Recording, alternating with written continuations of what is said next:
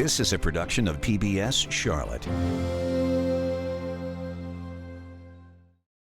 Just ahead on Carolina Impact, see how one local organization helps transform the lives of those struggling with mental illness. Plus, we're celebrating America's 250th birthday through stories of intrigue and courage, revealing how our region helped shape the course of the American Revolution. And her students know her as an educator, but she has talents that may surprise them and you. Stay right here. It's all on tonight's Carolina Impact.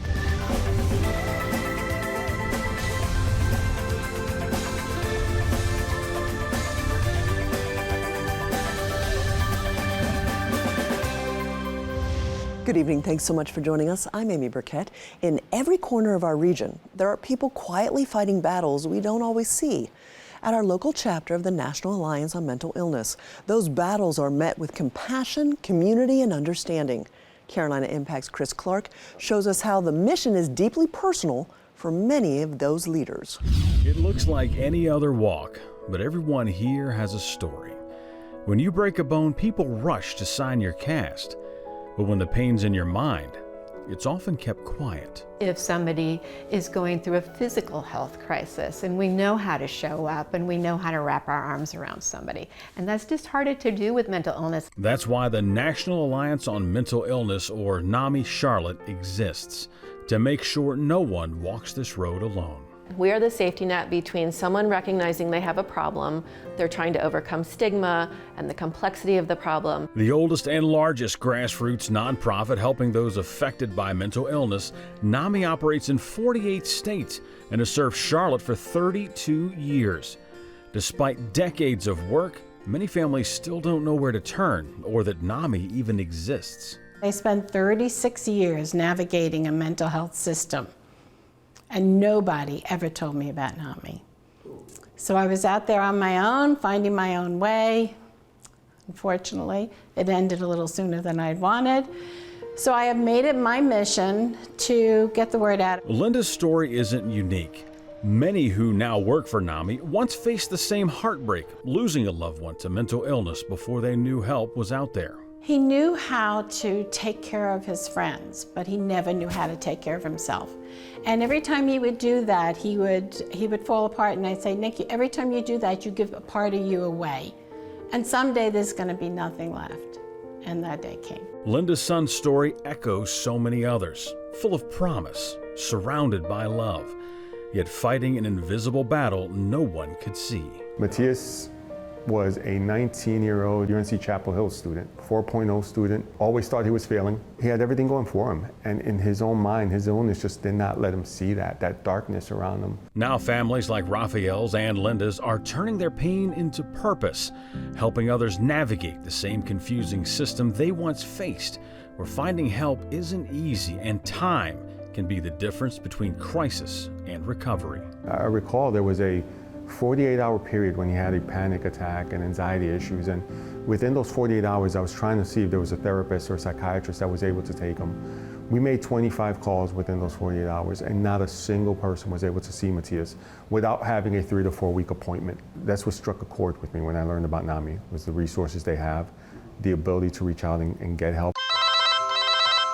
When you reach out for help from NAMI Charlotte, there's a good chance the voice on the other end of the phone belongs to Lisa Drew. We get the calls that I am struggling and I don't really know what I'm facing. Could you help me figure out what I need to do and who I need to talk to? We get a lot of calls from parents of adult children who have either been recently diagnosed with a severe mental illness or have been struggling with a severe mental illness. Once that call is made, volunteers in NAMI's Navigator program find the right resources, follow up to make sure care is happening, and offer something even more valuable: understanding. Many of us have lived experience with different mental health conditions or illnesses, and so we are able to share those experiences. We are able to walk alongside the person who feels really alone. Help on the phone and in person through various support groups geared towards individual needs. Currently, we have 13 support groups that happen somewhere in Charlotte every month,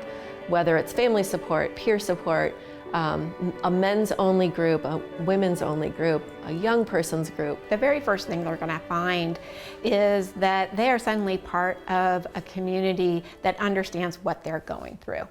And that in and of itself is incredibly powerful. That same message, "You're not alone," is one Raphael now carries into locker rooms and rinks. After losing his son Mateus, a talented hockey player, Raphael turned his grief into advocacy through sports. One thing we did when Mateus passed that year, we went to the junior hockey program here in Charlotte, North Carolina with the Charlotte Rush, and we had a mental health discussion with the team members there. And the whole theme was it's okay to not be okay. From those conversations in churches, classrooms, and offices, NAMI Charlotte's mission expands far beyond awareness. Their work touches every corner of the community, offering support, education, and connection for anyone affected by mental illness. We are charged with 4 things. We support people, we bring awareness to mental health, we educate people, and we connect people to resources. And one of the most visible ways that mission comes to life is through NAMI Walks Charlotte, a 2-mile event that turns compassion into movement and awareness into celebration. It's more than a fundraiser. It's a moment to remember, to connect, and to walk together toward hope. It's probably like the most fun party you ever want to throw. It's such a celebration of life and love. For families who face the darkness of mental illness, that togetherness is everything. A reminder that healing isn't found in isolation, but in community. Each conversation, each connection, each step helps replace silence with understanding. And here in Charlotte, every step truly matters. For Carolina Impact, I'm Chris Clark. Thank you, Chris. Through the pain, they've found purpose, turning loss into leadership and struggle into support. NAMI Charlotte continues to prove that when one voice speaks up, others find the courage to do the same. Because healing here begins with connection. Well, from rebuilding lives to revisiting our roots. As America approaches its 250th anniversary, we're looking back at how our region helped shape the revolution that started it all. While just about everyone knows the date, July 4th, 1776, there's a good chance you're not aware of a date just 14 months prior, May 20th, 1775. Carolina Impact's Jason Terzis tells us why that date, at least in North Carolina, is just as important. Well, it's one of these classic, how did I not know this type of stories. Personally, I've been living in the Carolinas for 13 years, and until earlier this year had never heard about something called the MECDEC. What is it, and why is it so important to our Carolina roots? If you don't know, you're about to find out. 250 years ago, from 1775 to 1783, the Revolutionary War was the catalyst for American independence. Reminders of this monumental event can be seen all over in places like Charleston's Historic District, Boston's Freedom Trail, and Philadelphia's Independence Hall, cities where history is everywhere. But in Charlotte, a gleaming light of the New South, with its banking industry and glass and steel skyscrapers, history is not quite as visible. In the name of progress, we've forgotten the very sort of origin story that makes us unique and special, and probably the envy of every town in America. Charlotte, all its historic, for the most part, monuments and homes and so forth are gone. So you have to sort of imagine what it looked like in 1775 or 1780 when the British marched through town. Charlotte's ties to the Revolution run deeper than most people may be aware. Here, you just have to look around a little bit to find it. And it's hiding in plain sight if you live in Charlotte and Mecklenburg, but so few people have heard of it. This is the cradle of American independence, whether people want to acknowledge that or not. There's Independence Square, where trade meets Tryon in the heart of Uptown. Various plaques, signs, and historical markers around Uptown. The Spirit of Mecklenburg statue on the outskirts of Uptown. Independence Expressway, Freedom Park, and the state's first and Freedom license plate. So when you tell people, or you learn about all of these connotations in Charlotte history, Freedom Park, Independence Square, the date on the state flag, and you think, how come no one's told me this? It's so important for all of us as North Carolinians to know a little bit about our history. The top yellow ribbon on the state flag, May 20, 1775. What is that? What does it stand for? The Carolina Piedmont region was first developed by a migration wave of Scots-Irish Presbyterians. They named it Charlottetown in honor of the wife of Great Britain's King George, Queen Charlotte from the Mecklenburg region of Germany. Our city's story begins in 1755. We were established at the crossroads of two First Peoples trading paths. They built a town and named it for a queen, hoping to maintain peace with the king. We were taxed without representation. British soldiers were killing our fellow colonists without cause. Imagine Charlottetown, as it was then, a frontier village, restless with tension and uncertainty. Ordinary people going about their daily lives in the town square, unaware that word of bloodshed between British soldiers and colonial farmers in Massachusetts is about to arrive. And with it, everything changes. On the evening of May 19, 1775, town leaders gathered at the Mecklenburg County Courthouse at the corner of Trade and Tryon. 26 militia leaders, Scotch-Irish Presbyterians, are meeting in the log courthouse in uptown Charlotte. When those men on the 19th heard from the rider from the north that King George had done the unthinkable, sent his soldiers to kill his citizens, how would they react? And they go ballistic and they get very agitated, and over a series of 24 hours they debate a series of resolutions which we now call the Mecklenburg Declaration of Independence, in which they say that the county of Mecklenburg is, quote, free and independent, close quotes, of Great Britain. It was this unique, perfect storm of people, religion, context, what was going on with the king. On May 20th, 1775, the Mecklenburg Declaration of Independence was read aloud by Thomas Polk from the top of the courthouse steps. Our intent to declare our freedom. Because they were feisty Scots-Irish Presbyterians, they were like, let's just put it in writing and get to fighting. And hereby absolve ourselves from all allegiance to the British crown. It is the first formal Declaration of Independence in America.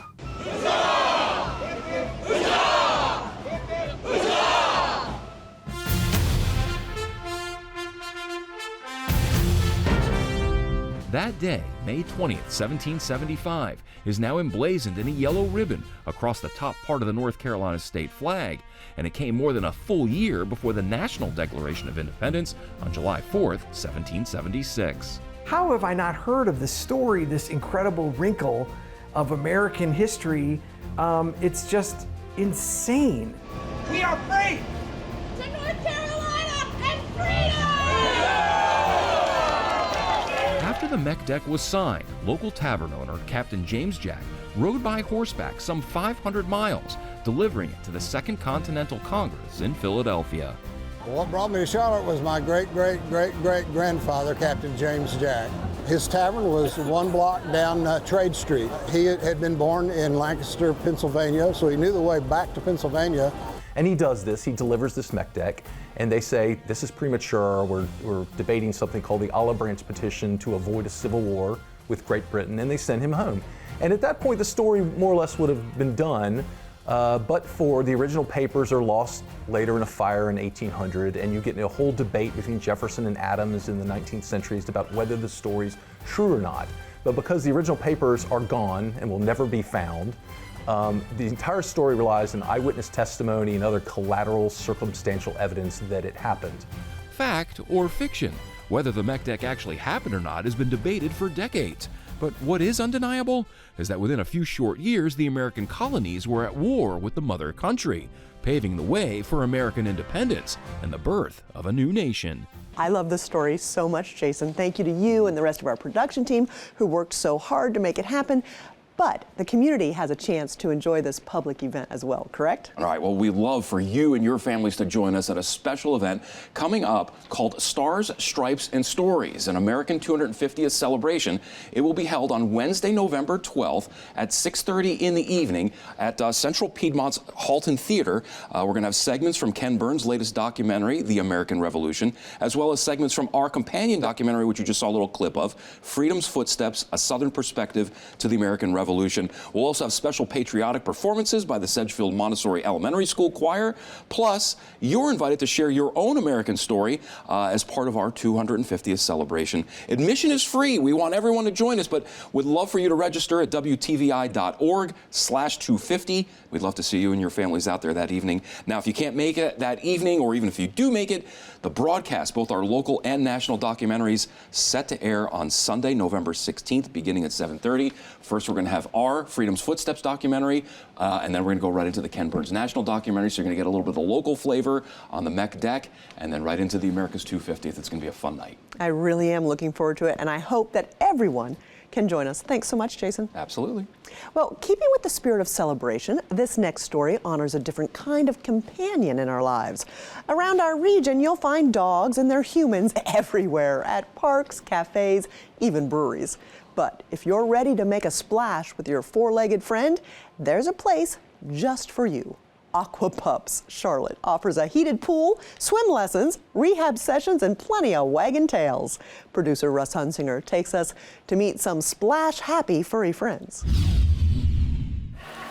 Who let the dogs out? Who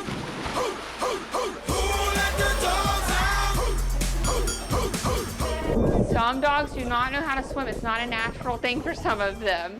We're at Aqua Pups Charlotte, and this is a part of Independence Veterinary Clinic, and we also have Healing Pups and Spa Pups. It's a very unique situation where you come, you stay with your dog, you're there the whole time, and you're actually throwing toys for them in the pool. So it's very fun, interactive. Definitely prepare to get wet. Ready? We come to Aqua Pups almost every day of the week. Indy loves to get in the pool and swim. Are you ready? Come on.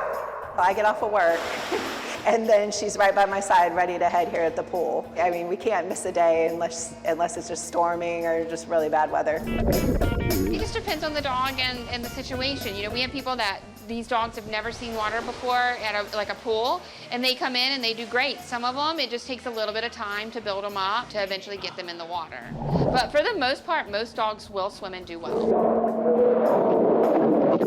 So you come in for an orientation, they're gonna wear a life jacket, and the staff is gonna go into the pool area with them and teach them how to get off of the ramp, fetch a toy, and then come back. Then once they're swimming off the ramp and coming back, then they can come back for group swim, where there can be up to 5 dogs in the pool at a time, or you can come back for private swim, and it's just you and your dog at the pool. She has made a best friend with Merlin. Merlin's a little black and white Frenchie Boston with a life jacket. They definitely have favorite toys. Whenever you come, we keep toys here. We have Healing Pup Charlotte, which is physical therapy and rehab, and then we also have Woof and Workout, which is a weight loss program. This is Finn, my golden doodle, who is 4 years old. Finn has epilepsy and was diagnosed when he was 2, and he's 4 now. He had a lot of problems with his mobility. He had a lot of weight gain due to the drugs taken for the epilepsy. And coming to Heather and coming to the Woofing Workout has dramatically enhanced Finn's quality of life. Finn has lost 12 pounds, and Finn has gone over a year without a seizure, which he had before we started here. Finn had 26 seizures. So it is remarkable. This is an underwater treadmill. We use this to build up strength. So when dogs are particularly weak, they don't necessarily want to walk in a correct position. So they end up losing a lot of muscle. And so this can give them back to them because it is so low impact. So when you have the water up to shoulder and hip height, you're taking about 80% of that weight off of those joints. So you can get a really great exercise in a low impact way. We really love what we do here. We form a really close bond with a lot of these dogs. I run the PT department here. I do everything from these Wolfen workouts. We do a lot of laser therapy. So we have a class 4 laser, which helps a lot with pain and inflammation. We do a lot of strength building exercises.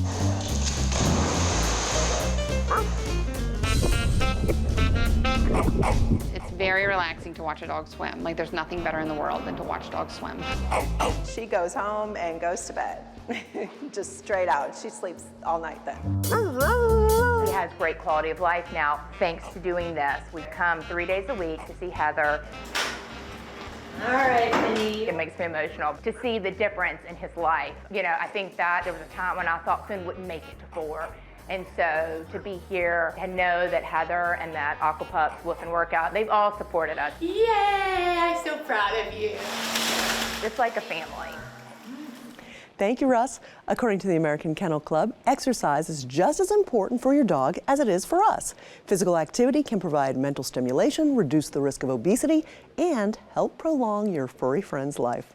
Whether it's our pets or our people, we all need outlets that keep us active, inspired, and connected. And that brings us to our final story tonight, about a woman who's inspiring others in more ways than one.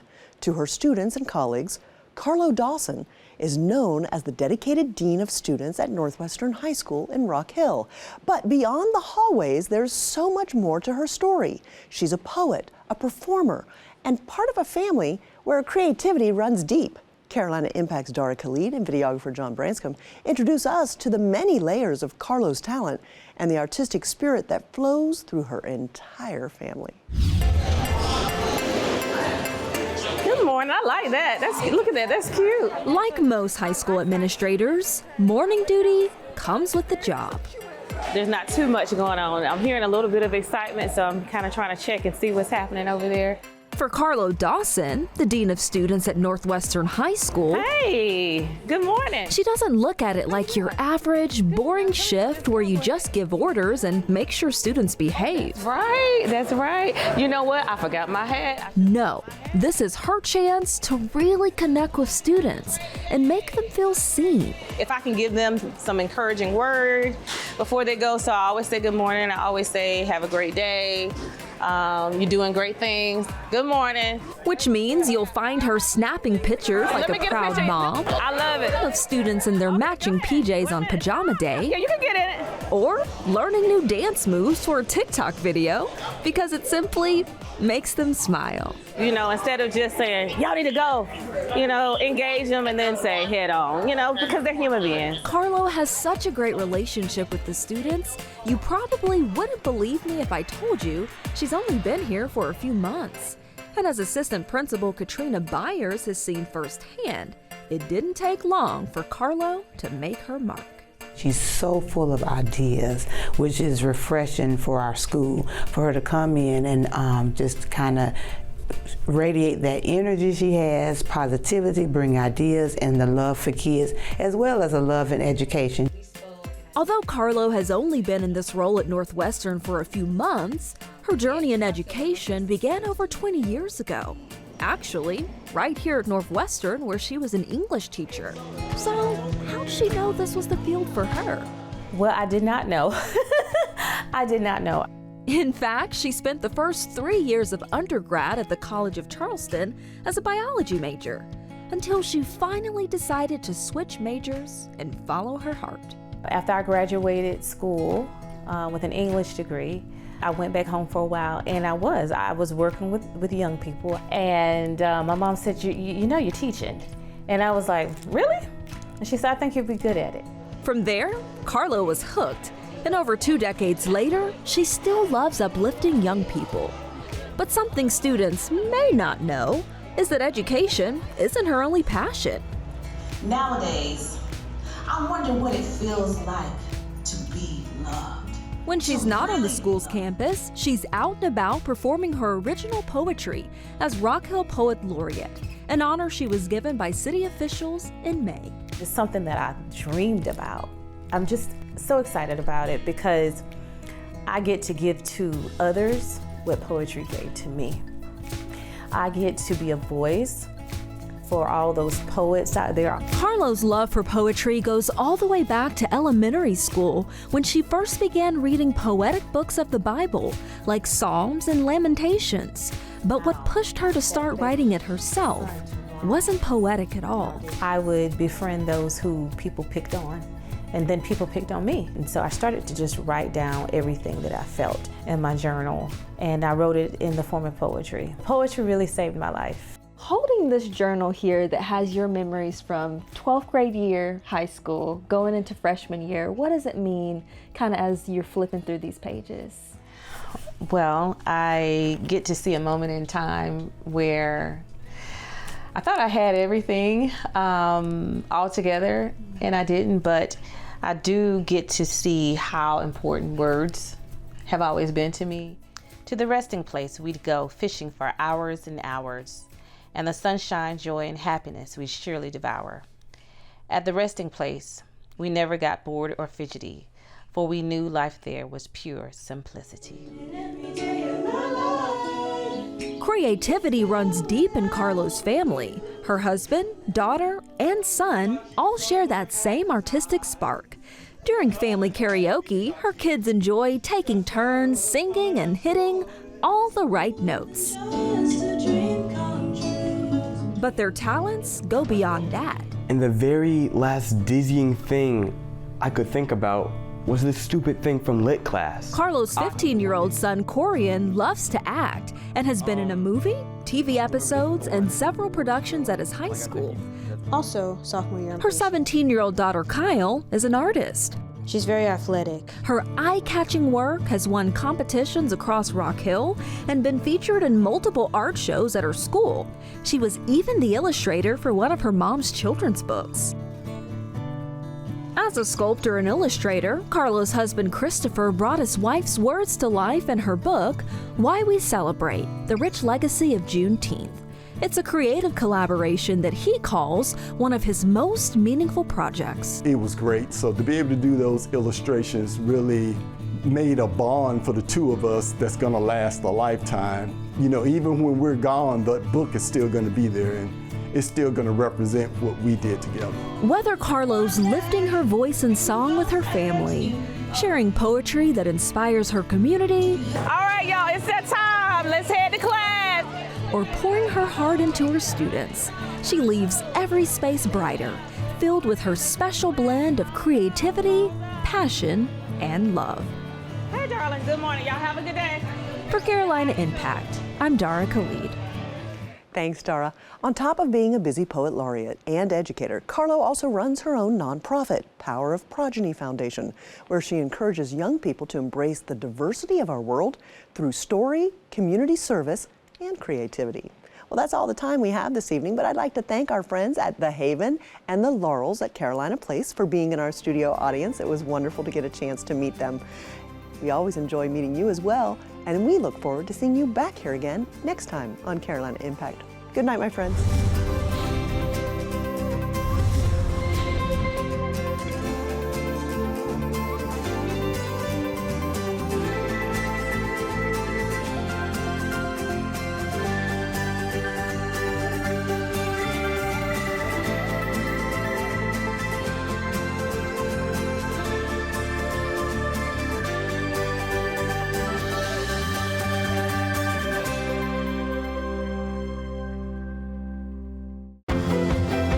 Production of PBS Charlotte.